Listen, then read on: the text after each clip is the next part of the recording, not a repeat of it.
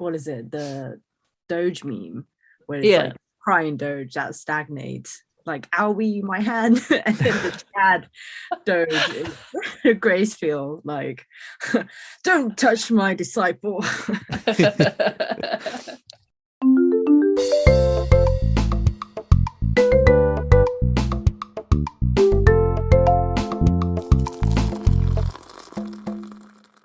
Hello. Welcome everyone to OCHATO, the fortnightly podcast where we drink tea and review manga. If you like what we're doing, please remember to like, comment, and subscribe to stroke our egos. I don't think we're going to be able to say that seriously, are we? I am Jade. And I am Oliver. Hello.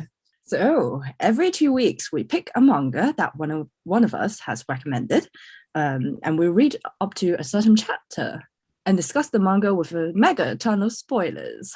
This week, we are reading The Far Away Paladin. The story is inspired by the light novel with the same name, and it's written by Kanata Yanagino. I hope I pronounced that correctly. And the art is done by Mutsumi Okubashi. But before we continue, we will ask about the most important question. What is everyone drinking in their mug? I am drinking the Twinings Super Blends Glow, which has strawberry and cucumber with green tea, aloe vera, and added biotin. And it tastes quite nice. It's mutedly sweet, which is quite nice. But yeah, what about you guys? I'm drinking from last year 3 cola bottles. My Burn and Blend. Still going through them very slowly, but yeah, it's very nice. It's also the cola bottle one, right? Yeah. Mildly sweet, a little sour, but it's nice. Yeah. Nice. I've got from the Teapot Cafe Tea Air.co.uk's green tea genmaicha Japan style organic number 205, which is basically green tea with some like puffed brown rice in. It's very nice. It's not at all sweet. Oh, brown rice, that's nice. It's earthy and wheaty. It's a good combo. That sounds great. One of these days we should get bubble tea. We should, yes. We can make our own. Yeah. I'm still slightly traumatized by the time I got mango bubbles in a milk tea. Terrible. No, it might have been strawberry bubbles. Either way, it was horrific. I think it was what you got was like green apple popping pearls in, I think, Hong Kong milk tea or something. God, it was awful. And then we're dwelling on the past, or we can just look forward into the future, with the other more delicious milk tea, bubble tea that we can drink. Yes, let's have some nice bubble tea, please. Yeah. Yes. So we are reading the I keep saying Faraway. Not the same thing. No. It's the Far Away Paladin, and we read up to chapter 15. So that's nicely 3 volumes. So what is it about? So we follow the main protagonist, William, who has been isekai'd from his old world to a new fantasy world. He's reborn as a baby, but he retained his previous lives, comprehension skills and such. He has some vague memories of his past, and he is met with the sight of a skeleton, a mummy, and a ghost, and started crying. Understandable. Yes, understandable. That's a terrifying sight. But as it turns out, these 3 beings, they're nice, and started to raise him as a little boy, and he has to relearn how to speak, how to walk, all that, and go through puberty again. And as he's learning from these 3 guardians, he learns about the world around him, and slowly sort of discovered that they are keeping something from him. And when he's older, he started confronting him about it. There was a lot of twists and turns along the way, but finally they weren't keeping secrets from him because they had malicious intents. It was just for his own good. But when he's old enough, they revealed the secret that there were actually real human beings before that. There were some evil demon king who was going around rampaging and killing the world, wanting to rule over the world. And so standard isekai, right? Yeah, exactly. They stopped that. Well, they attempt to stop that, but the best they could do is to seal him away. So they made a pact with a god. There are many gods in this world. There's god of virtue, god of childbirth, motherhood, kind of nurturing god. But there's also, on the other side of the coin, there's god of evil, and they made a pact with the god of stagnate, who's the god of the undead. So they made a pact with him so that they could live an eternal life as an undead, so they could watch over the seal and make sure that seal was never to be broken, and release the demon king. I believe the name was High King. But yeah, after learning this, the boy William vows to take care of his family because he's been given a second chance. He wasn't so... You mean being reborn? Yeah, he was given, by being reborn, he was given a second chance. Now he has the chance to do it right this time, to protect his newfound family, but that wasn't so easy. And now he has to go out, be independent, and actually find out what happened outside of where he's living, because the three guardians weren't able to leave the city because of the seal. But yeah, that's like a overview of the story. Where we left off is that he's faced his first encounter where a village is being possibly attacked by a half-elf. Yeah, and that's where the story left off. Mm-hmm. Did we get the half-elf's name? Yeah. Meneldor? Meneldor, yeah. I like your pronunciation better. Meneldor. Yeah, okay, let's go with that. Meneldor. It's kind of weird having like read many of these names but not heard them. Because, for example, one of the translations I saw of some of the names had them as like Vlad instead of blood. Ah, interesting. Yeah. Yes. So what did we think, of this manga? What were your first impressions? What were your expectations before going into it? This, for me, was an interesting one. I am a massive fan of isekais. I'm not going to lie. It's my guilty pleasure. And, I love fantasy worlds, and I love people being kind of aware of maybe some of the tropes. So often you'll get a character that's kind of isekai and they're like, aha, I've seen this before. And then they can either play it straight or kind of twist what the main character what happens to the main character based on what they think would happen. For me, this actually didn't feel much like an isekai. I was treating it more as just like a regular fantasy. The reason being that there wasn't as much of William's past, at least in the 15 chapters that we read, that had an effect on the way that he acted as I expected. So not that was a bad thing. But you take, for example, you've got Mushoku Tensei, you've got ReZero. All of these have a main character who's been isekai'd, who uses either their knowledge or the fact that they're mentally a lot older than they are physically to their advantage. Whereas, and that can change how the story goes. Whereas William seems to only have it make his despair, I guess, be a little bit more so when he thinks he's failed his parents, as it were. And by parents, I mean Mary and blood, and then his kind of adoptive grandparent, Augustus. To be clear, they're all adoptive. So I ended up treating it more as just a straight fantasy. And as a straight fantasy, I really enjoyed it. Yeah, it's really interesting. I think when I read the title, The Far Away Paladin, I thought it would be something like this guy is just like playing this game and he's got a paladin role, and then he gets sucked into it. He wakes up and he's like, I'm a paladin.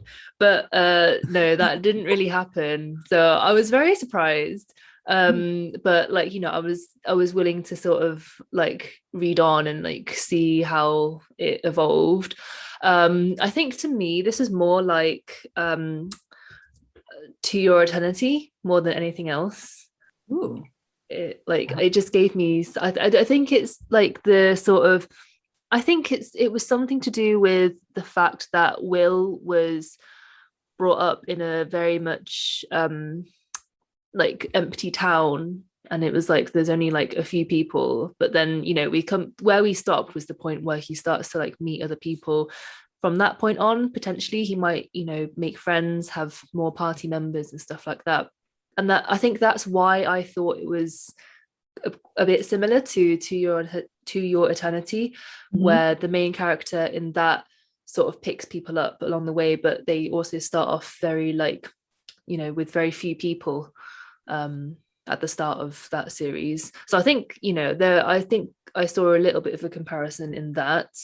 And yeah, I think the concept was interesting to me. So Will having a previous life but also being allowed to start over again as a baby, it's nice translating that to real life, to mean that most of the time it's never too late to start things over. So I thought that this manga sort of had a nice touch to it, I think. But I agree, it was very like fantasy like. I didn't really think much about the isekai thing, to be honest with you, but I really liked it. Okay, that makes it clear. Yeah, for me, because I never really experienced and never really watched much in the isekai genre, apart from maybe ReZero, but I didn't finish it. I believe you stopped just before the last episode. Yep. Yeah, I realized I do that a lot. This is not the first show that I've done that to. I don't, maybe there's some psychological explanation for that, maybe, but I can't tell you why. Maybe I don't know. So I didn't have much expectation for it, apart from the fact that it could be good, because there's a lot of, in fact, there's an anime of it out now that's on there.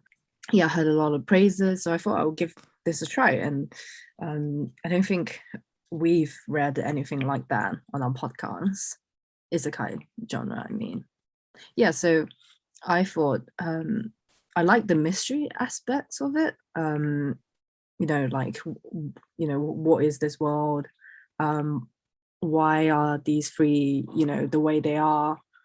So it was quite satisfying that we get to learn all that in the first 3 volumes. But now that there's a bigger mystery, in a sense, because the 3 guardians weren't able to leave the city. So they have no idea what's it like on the other side of the world, what's going on, has humanity just disappeared? Are they all just lands run by demons? So I think that's the next big mystery to unravel. I think I enjoyed most of it. The mystery kept me going. So it sounds like we all had a pretty positive experience. But what did we think about the characters? For me, I really I'm a sucker for like found family tropes. I thought that was really cute. The different dynamics between both the 3 guardians, and also the dynamic between William and the 3. What do we think about their relationship? I personally quite liked the characters. Obviously we've had quite a small cast so far. It's been almost the prologue, I would call it, what we've been reading, given that we've had William, we've had Stagnate, the god of undeath, we've had Gracefeel, who is the kind of the god of guiding light, flame and eternal flux. There we go. We've had Mary, Blood, and Augustus, and then Meneldor has like just appeared. So I think that's given enough time to our kind of the adoptive parents and grandparent to shine and to kind of have their time to be developed. So they're all, I would say, fairly strong as characters. William has yet to have, in my opinion, any particularly large or character-changing challenges. So I feel vaguely positive about William, but I'd like to see him do more.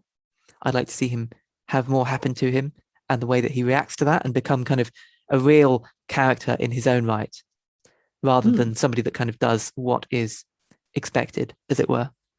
Of the characters, I found Augustus maybe the most interesting, just because of his whole... There was that scene in the labyrinth where he's basically trying to kill William, and William's like, "Just do it, mate," and he doesn't. And the whole thing of like, this is basically somebody that you see as an adoptive granddad. Why is he trying to do this? And that little kind of mystery that we get the resolution of in like chapter 14 or 13 or something was really nice, and I like that bit of mystery there. Yeah, I'm also excited. Yeah. I'm also excited to see how William and Meneldor's relationship improves. I get the feeling Meneldor's just going to be a classic tsundere, but we'll find out. So funny, like Will just caught him in the act, like bow poised and everything. I mean, you don't give somebody that much chapter time and then throw them away. Surely not. Surely they're gonna like come to some kind of resolution.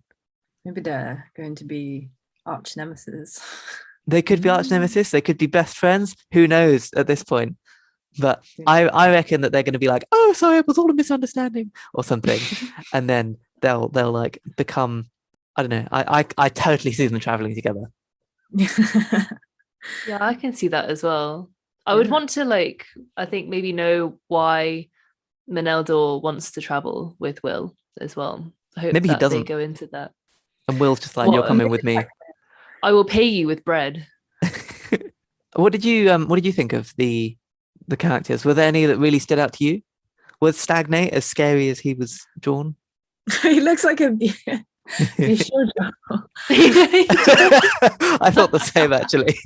I was like, yo, what's up with the you really young face? Like, are you trying to get people to first something? What is this? This is bait. It makes me think he comes from like Solo Leveling or something. I feel like he's coming back, of course he is, but like, yeah, you wouldn't give someone the face like that and you could toss him aside. No, exactly. Yeah, I think I quite like the three. Yeah, I think Gus was the most interesting as well, because he started off really distance toward the boy, was really strict, but then he had his cool side, or as Will put it, the rock and roll side. Which like sort of shed a new light on his character, and that mystery was really nice seeing it resolve. Jade, did you have anyone in particular in mind that you find most interesting? I think in the moment, panicked baby Will. When he's just crying and then all three of them are looking down, just the expressions that he makes is really, really funny. But I think I just love the family as a whole. Mary, Blood, Gus, Will. I think it's great. I think it works well with three. I would be interested to imagine what it would be like if there was another family member thrown in there. But some of the members of the undead family are all just very different to each other in some ways, but also very similar in some other ways. Like, you can really see what sets them apart, but also connects them as like common links between the family members. So for example, Mary is quite pious and very sort of like there's a way to do things, what I mean, whereas Blood is more like, okay, bye, just go in those dungeons and then we'll hope to see you soon, don't be late for dinner, that kind of thing. And Blood and Gus, I feel like I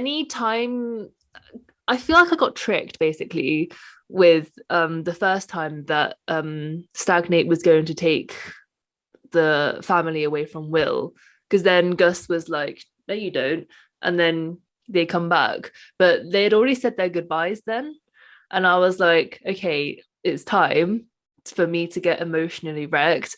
So I verbally said out loud no, and then scrolled back up to safety. And then I was like, okay, I need to just do this. And then I went through it and I'm like, okay, so Gus is, just stopped things for a bit. And I thought like that was the end of it.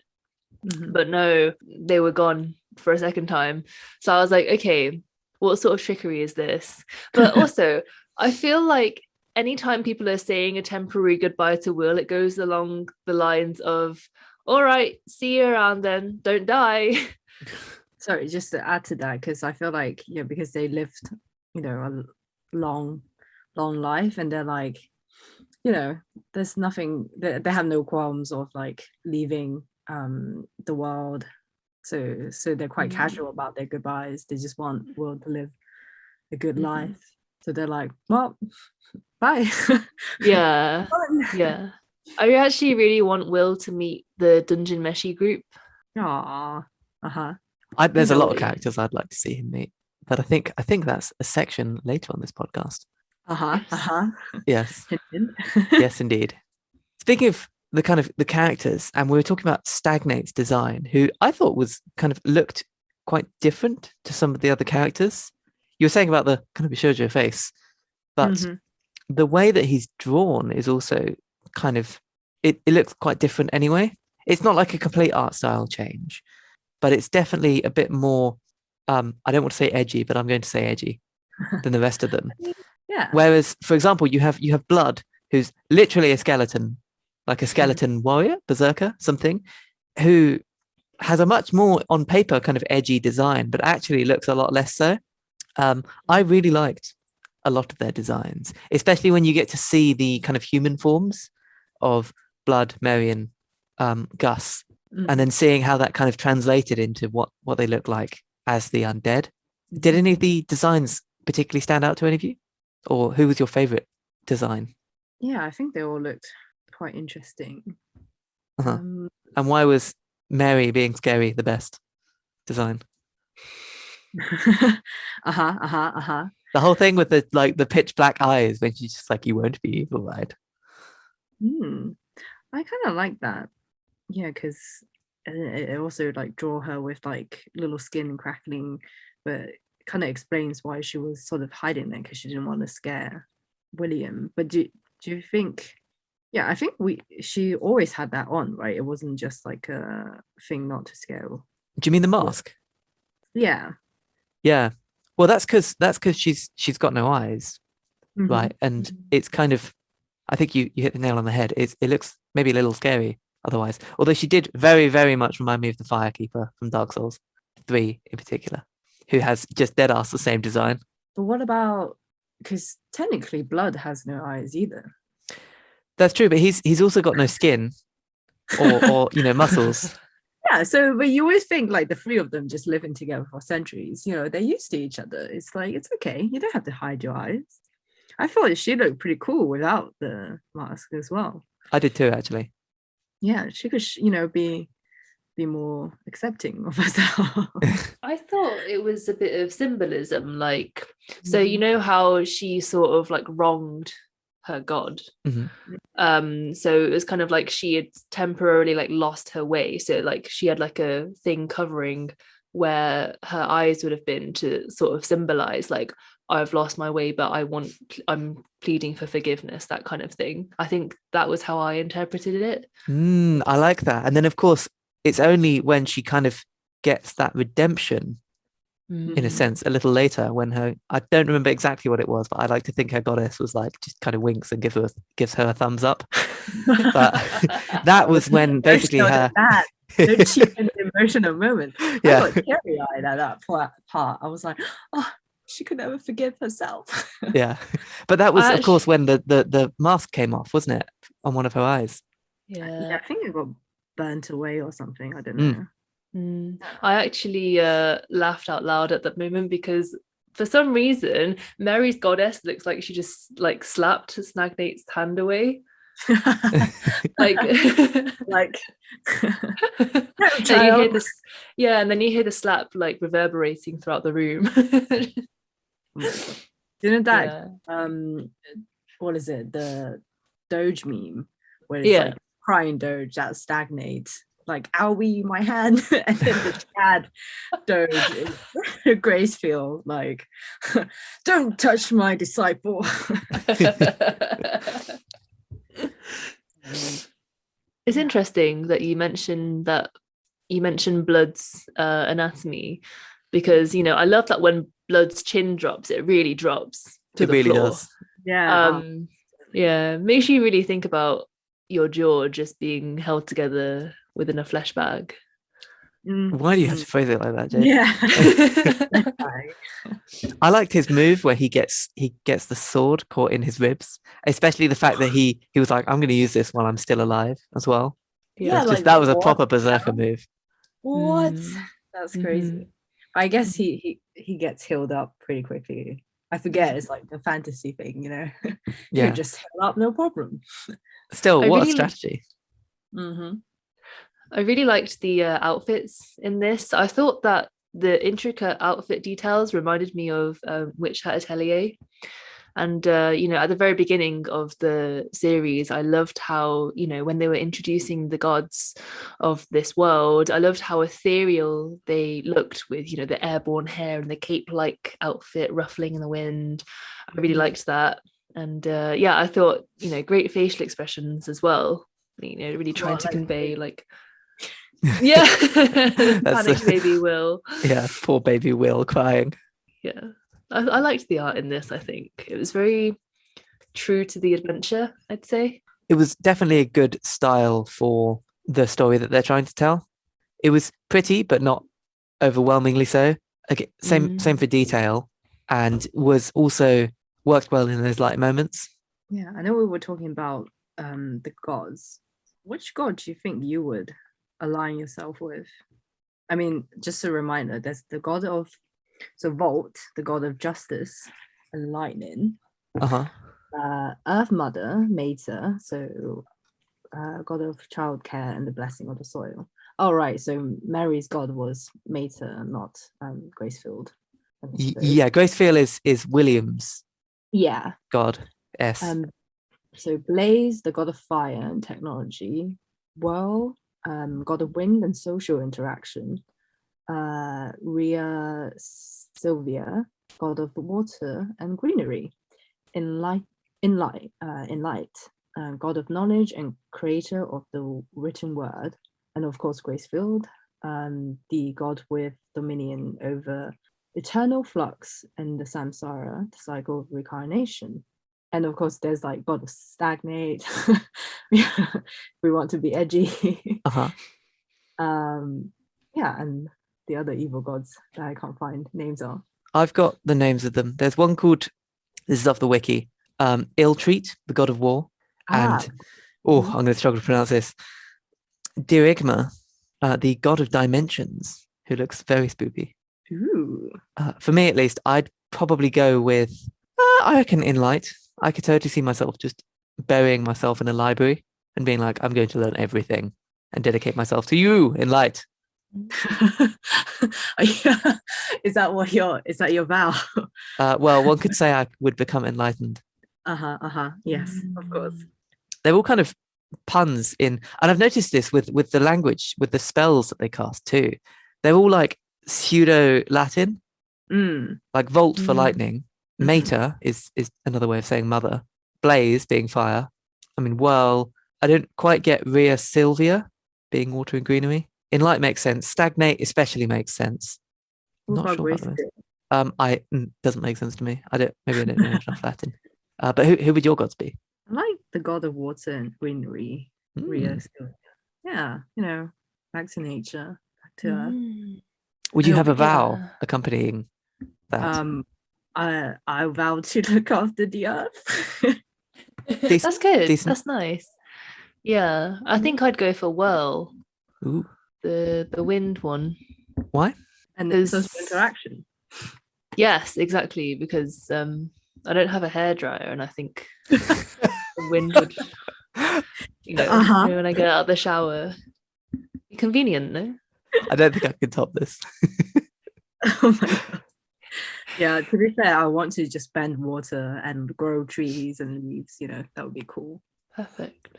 It would be. Yeah, awesome. Yeah, going back to the story, like you said, Ollie, because we only read 3 volumes, it seems like it's more like a prologue for William. We're just now getting to know what the world is like, and now, we just literally stopped at where William met the first living being outside of his 3 family members. And now it seems like he's made a friend / enemy. Yeah, and half elf named Manel. Maneldo. McDonald. No, this is not a sponsored stream. Yeah, Manaldo. Yeah. So the story just got started, and we touched a little about what we liked about the story already, because there was a lot of mystery elements which helped help us, retain our interest. But yeah, was there any sort of specific part that you most enjoyed, or you most hated, or most caught you by surprise? Definitely no parts I hated here. It's a little hard to say, because one of the problems that I feel that we have maybe on the podcast in general is that we read just enough to get interested, but we don't get that, like, what often makes the manga that we read really good, which is the plot a little later. So I was a bit surprised at the kind of info dump at the start, but I did thoroughly enjoy just about everything else. I did particularly like William being thrown into the maze so early. Blood going from, hey, you've beaten one skeleton, to good luck, I'm going to just abandon you in this maze for a few hours. I hope you can get out. Catch you later. Goodbye. Which was quite a quick step up, I thought. But I enjoyed that. The whole stagnate episode was pretty cool. And I liked that they didn't just immediately kill off Mary, Blood, and Gus. And in fact, the fact that Gus is still around, I really appreciated. So yeah, I don't think there've been any like hugely emotional highs or lows, given that we've read only 15 chapters, but I have thoroughly enjoyed it so far. How about you, Jade? I think one thing that was funny to me was when Stagnate, it started to sound a bit like, are you sure you don't want to join my dark forces and my army? Are you really, really sure? Like, like there were a lot of those questions.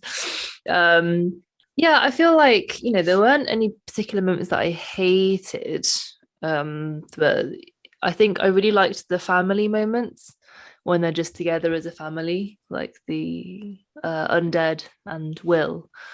Yeah, I reckon you'd be the target audience for just a slice of life with them. Yeah, definitely.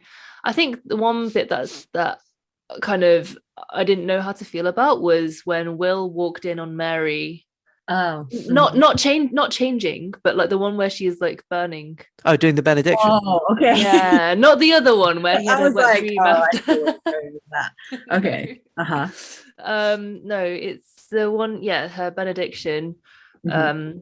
And I thought it would be something huge, like inside this grand chamber, there'd be like something huge happening. But I guess it is a huge thing to see your adoptive mother burning, but like I didn't know how to feel about Will reacting to that.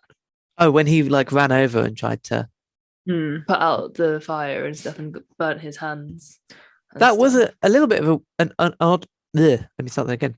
That was a little bit of an odd moment. I agree, partly because she'd said not to join her there. I can understand him kind of panicking, especially given that he's not had that much social interaction outside of those. And if you see who you think of as your mother just kind of on fire, of course you'd panic a bit. But I'm not sure how much it did for, I guess, William and the plot. Maybe the fact that his hands are burnt will come up later as a plot point. And I kind of like that it gave a bit more depth to Mary's character and actually showed how the effects of her having turned her back on her goddess, as it were, or what her becoming undead has done. But I agree, it was it seemed quite dramatic for not a huge amount of, I guess, outcome, as it were. Did you have Yeah, any particular thoughts? because like he's meant to be older, right? Like his real age. Do we know how old he is meant to be? No, Wasn't one of the flashbacks of him in like a modern looking room? yeah, he was old enough, definitely, to be a responsible adult from the sound of him berating himself. I don't know, it's an assumption, of course, but it's like, oh, I didn't really do much for my parents. I was just staying in my room all the time. Yeah, I guess it could be a teenager by that description, but I feel like it's a bit more, he just feels older. Yeah, so I thought, he would have more sense, being like, a second, she's doing this all the time, so surely she's not dead, right? Yeah, Like, I mean, how are you going to kill an undead? and why would you touch the fire? Yeah. Wouldn't you like get a cloth or something? Fire blanket on the wall. Yeah. Auto release. Yeah, I think one thing that I thought was quite strong was that the writing of this manga makes some very good points. For example, living versus just being alive. That was quite thoughtful of them. And I think another thing that I thought was that I'd like to see an adventure like this, but maybe instead of physical fights, I'd like to see verbal arguments only. Like insults, like insults and like wordplay, and then that 400 IQ kind of plays. That would be quite interesting. Oh my god! I've been watching D&D streams, and I just learned about there's this, because the class Bard. I think JD actually played the Bard at one point, didn't you? I did indeed. Yeah, and one of the actual spells is actually called Vicious Mockery. So you literally, like in RP, like in roleplay, you're meant to like throw insults or something at the person, and it will take like psychic damage, or I don't know, some sort of damage from it. So I've actually got an insult generator for Vicious Mockery. Oh really? That's wow. Where you can select if you want them saucy or tame, and you can, if you're just struggling at any point while playing a bard, you can do those. All right, give us one. I don't usually engage in mental combat with the unarmed, but I'll make an exception for you. Oh my god. Or I think it's funnier when you're like throwing really bad insults and they take like critical damage. Like, oh, I do not, God, why? I hate your shoes, and they're like, oh. And it's like the person who's playing the villain or like the DM could like play along and be like, oh no, but I picked my favorite shoe.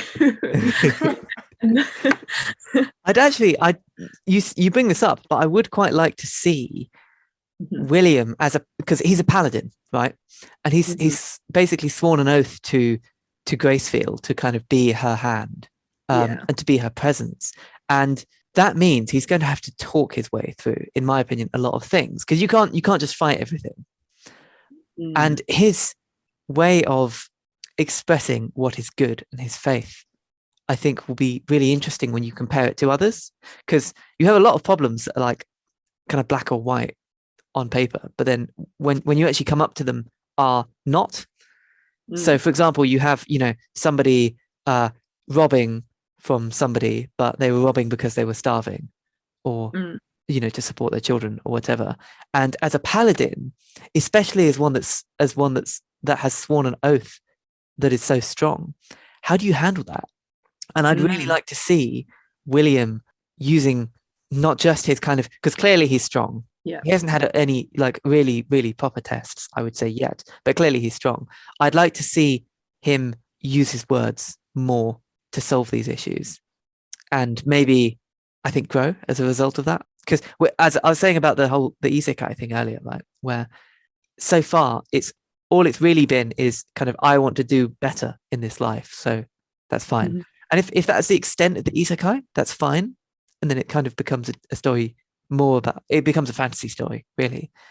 But I'm curious if we'll have any more lessons from his past life and how that will play in when he's trying to do this. Yeah, because it seems like he has like vague blurry memories, right? He doesn't have full access. So maybe as he experiences things, it will trigger a memory, unlock a memory core. And then he'll hopefully use that to his advantage, or maybe it will be a hindrance because he'll remember something bad he did. He'll be like, oh my god, I'm repeating the cycle, like have I really grown from my past life? That could be an interesting path to explore as well.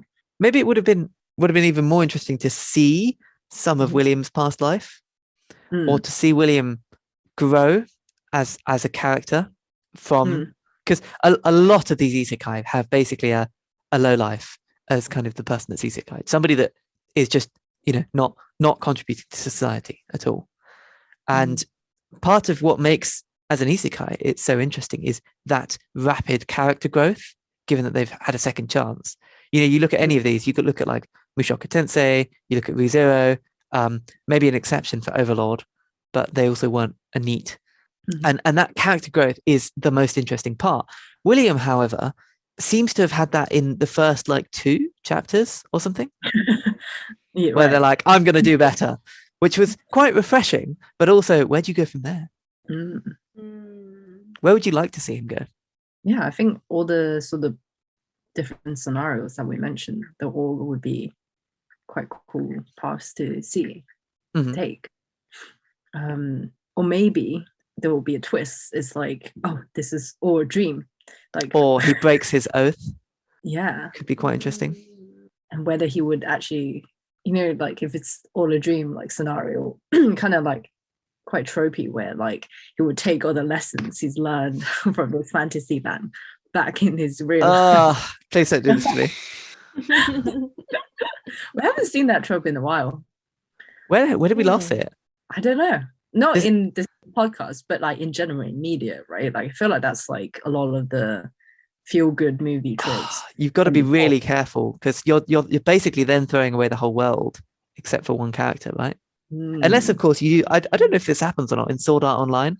Oh, really? Because that has a load of them basically get isekai'd via a game. And then at some point they're like, I imagine you've made it out of the game. I believe that happens. I'm not sure, to be honest with you. I haven't actually watched the whole thing. Oh, really? But there's like a load of people that were isekai together, right? So you can have more than one person make it out in that case and learn from it. This is off topic, but I like the theory that that Attack on Titan was all just a dream. Paths. Wait, whose dream? Ellen's, right? Interesting. Or just a mass hallucination from everyone. There was an ongoing theory for it. Whether that's true or not, you have to find out for yourself. Or just a fever dream from Bertolt. But I like that idea. Yeah, maybe this is all just Will's dream. Oh, please don't do In this reality, he's just late for work. No. No. I'd be furious if that was the end. Or they're all reincarnated to Will's world, and they're at newfound family in the modern world where there's no demons. That would be the slice of life that Jade wants. And then to the slice of life, and they retain their skeleton and mummy and ghost form. There you go. Okay, well, we move on to the next segment of our podcast, where we isekai the characters from our last manga we reviewed to this manga. Last week, we've read Kimi ni Todoke. Yes. I think From Me to You in English by Karuho Shiina. And of course, I'd imagine we'll take the two couple, so the main couple, whose name I've forgotten. I'm just going to call him normal but perverted guy, sunshine boy, and Sadako. Sawako and Kazuhaya. Nice, Jade. Yeah, that's interesting. What do you guys think? They're just two different genres. Like I can't wrap my head around it just yet. Wow. Yeah, they are really dramatically different, aren't they? Yeah. I reckon. Oh God, this is a hard one actually. Yes, it's tough. It's particularly tough because the scale of plot is so dramatically different. So maybe we could take a plot merger as well, because you've got basically Sawako Kuronuma and Shota Kazehaya, who the story in Kimi no Todake is really about them getting to know each other, whereas the Faraway Paladin so far has been more about William specifically and his kind of journey. So perhaps if we were to bring in, oh my God, this is challenging.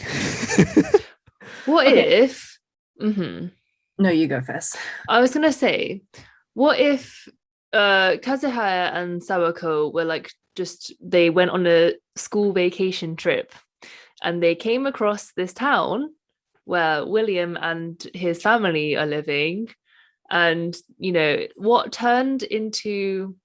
what was supposed to be like a lover's getaway turned into like helping Will on his quest. I actually reckon that Sawako would remind Will of Mary. The whole kind of creepy at first glance, but actually very nice kind of vibe. I would really like to see them kind of interact. I like to imagine that Mary and Sawako, if they were to meet, would initially be like, wow, this person's kind of scary. And then they'd like grow closer over time. And then eventually you'd get them just like fist bumping in the background or something. Oh, yeah.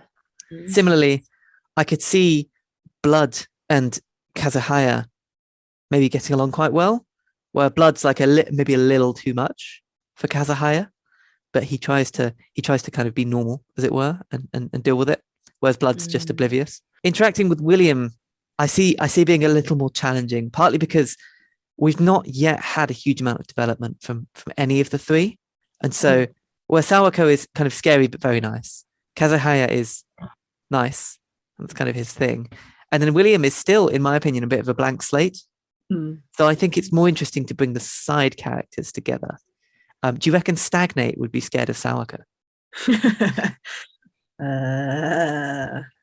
No, he'll probably be delighted to see her. He'd be like, yes. Half undead, please join me.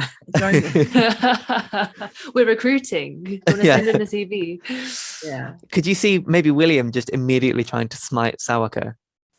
Nah, because William, he's a paladin. He'll ask question first, then shoot, then stab later. It's true. It's also really interesting that he, as a paladin character, was like raised by undead and has his main sword is what I would consider as like a Death Knight weapon.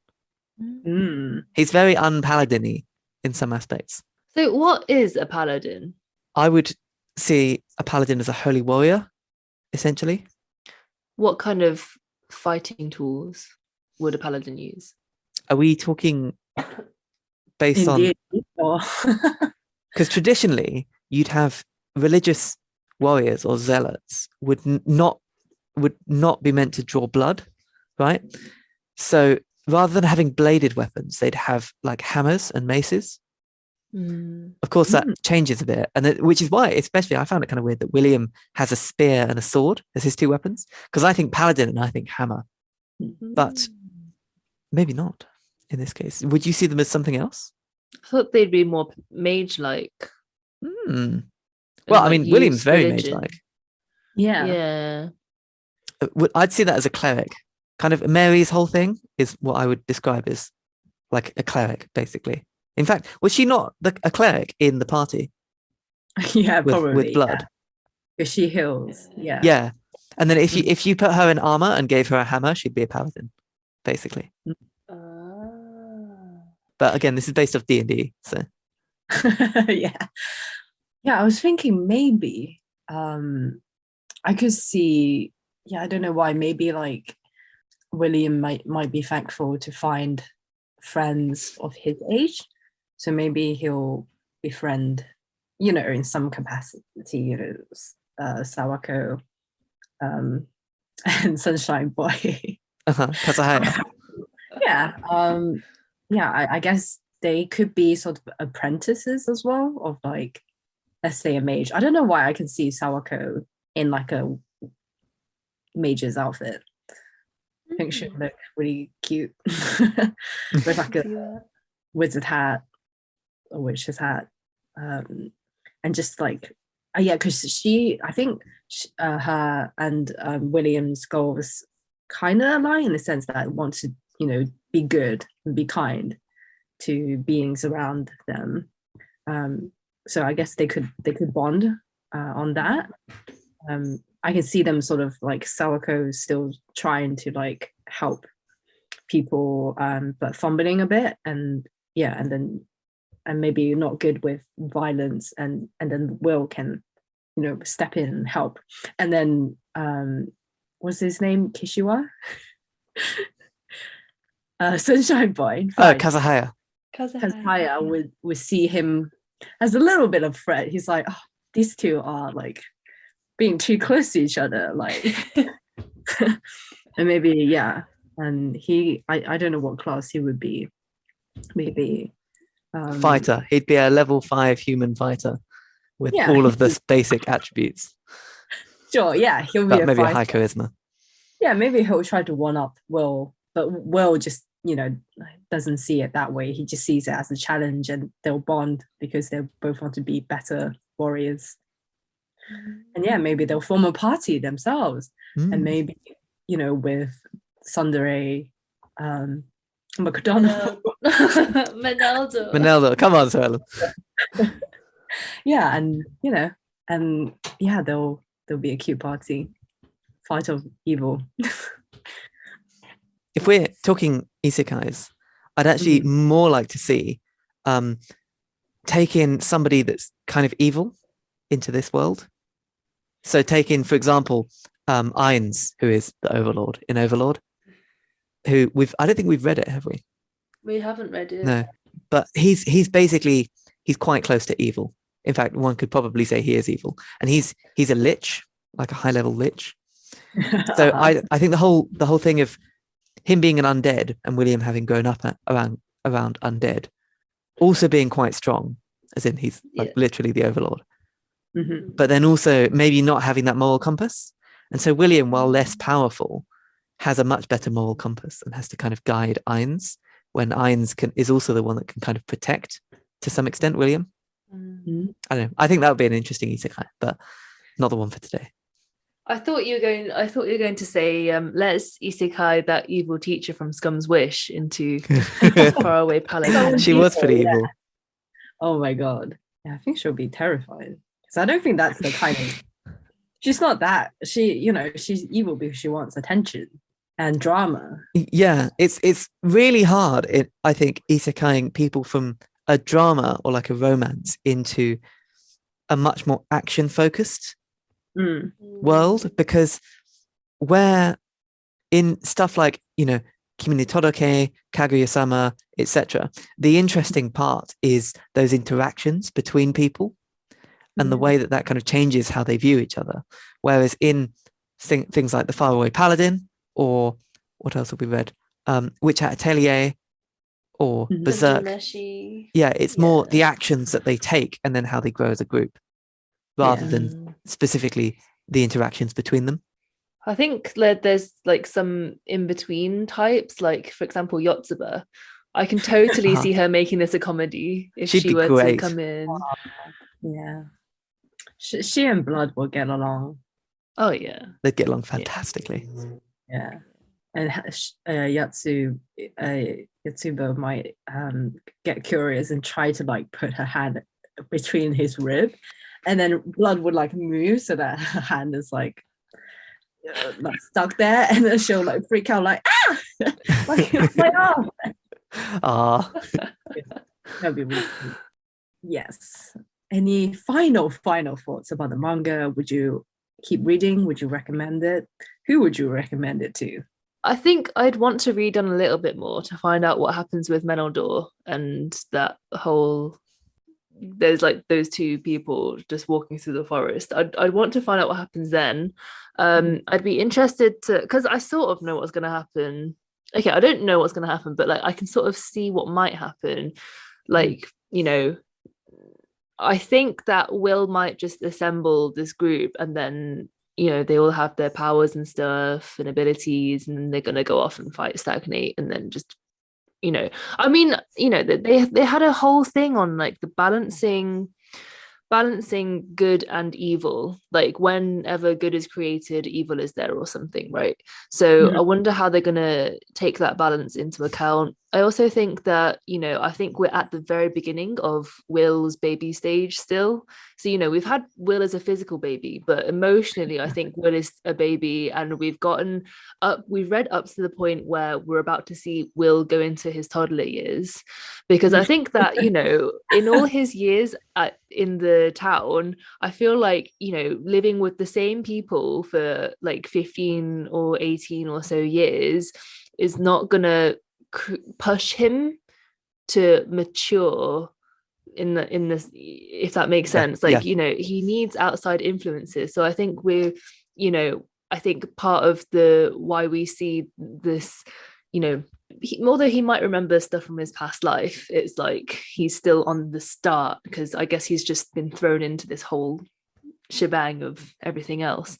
So I'd be interested to see how that plays out, I think. But yeah, it was quite a pleasant manga to read, I think. I could not agree with you more, really. I think you made all the points I was going to make with regards to seeing William kind of grow as a character, seeing him trying to use his words as well. And the fact that we've not yet seen a huge amount. This was quite a small amount of chapters to read, despite being 3 volumes. What a cliffhanger to end on there. Come on. It's all planned. I'm likely to pick this up again at some point. I'm not sure how much more story there is at this point, to be honest with you. Do you know how many chapters are out? I think there's quite 6 volumes already out. Okay, that's a decent amount. It's been quite slow so far, plot-wise, which I think works, but this is the kind of thing I think I'd want to just binge read over an entire weekend. So I might wait a while before going back to it. How about you, Suellen? Yeah. I think, it is 6 volumes. I quite liked, because what drew me to this series at the beginning was the idea of, this sort of diverse family. Like you got 3 undeads and a human kid. But I was quite sad to see, 2 of them sorry said bye-byes. But I guess this new, thread that's leading me on, which is, what is the outside world. And I can already see that in volume 4, Melendor is on the volume cover. So you will see more of him. And there are really? Other people are on the covers as well. So, and I think he reappeared on one of the covers as well. So he's not dead yet. Good. I mean, surely you're not going to put that much effort into drawing somebody if they're going to go away in a few chapters, right? Yeah. And I think I forgot to expand on your point, Jade, that you were talking about parallels with To Your Eternity. I thought that was quite interesting because I could definitely see it going down that path as well, where he meets different people, learn their stories, and who knows, they might make it out alive or not, but maybe that's his journey, travel across the world, and trying to do good whilst also fighting an overbearing evil god that could resurface any minute and be an obstacle. So I'm interested to see how it develops. Awesome. That concludes our read of the Far Away Paladin.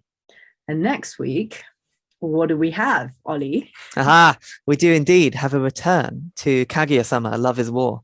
This is part 2. I've been reading this religiously, basically since it came out, every week. And every week I'm like, guys, have you read the latest chapter? And every week you two are like, no, we haven't. And so I'm going to force you to read another load of chapters this time. So last time we read this, which was actually our 2nd episode ever, we read up to chapter 45. This time, we're doing chapters 46 and then a soft target of 91. I'm aware that may be quite a few chapters. So if you can't manage that, please try and get to 81, but 91 would be best, as it's kind of the end of a volume, end of an arc. It's a very good place to stop. Again, it's by Akasaka, who's one of my favorite names ever. And looking forward to it. Should be fun. I'm looking forward to rereading this too, because I've now got the context of another like 200 chapters on top of this. Oh, So I'm it'd be fun going back to it. excited. Yeah, thank you so much for listening to this episode of OCHATO. See you in the next episode. Woo!